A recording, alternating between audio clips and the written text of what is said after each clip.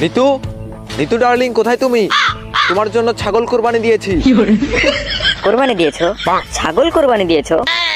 আচ্ছা, তোমার কি মনে হলো যে তুমি 2-3টা ছাগল কোরবানি দেবে আর আমি পড়ে যাব?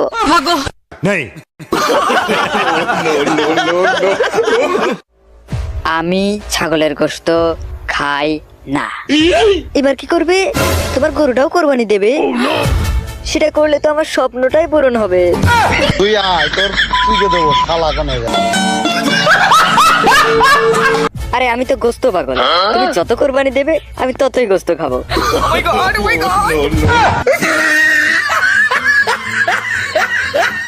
নিতু, আর ইউ রাক্ষস?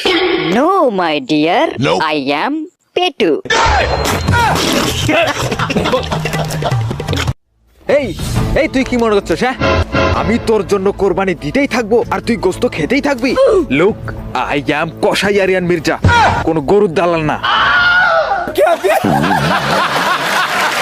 তুই গরুর গোস্ত খাবি?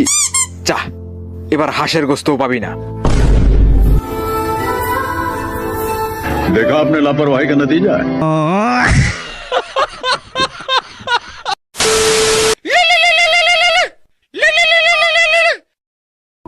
আপনার ছেলে যে কোরবানি দিয়েছে তার থেকে আমি এক বিন্দুও গোস্ত পাইনি।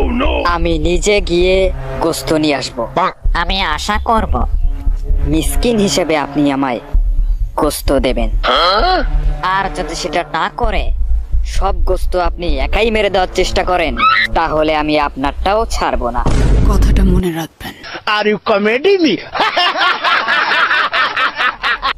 আরিয়া মির্জা আমার ছেলে, আমার টুনটুনি, আই মিন পৃথিবী।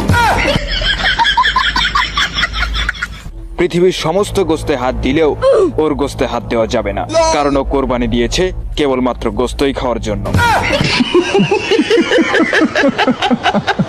যদি হাত দেন তাহলে আপনার এমন অনেক জায়গা আছে যেখানে আমি হাত দিলে আপনার হাগামোতা সব বন্ধ হয়ে যাবে। তখন গোস্ত খাওয়া তো দূরে থাক, যেগুলো খেয়েছেন সেইগুলোই আর বের করতে পারবেন না।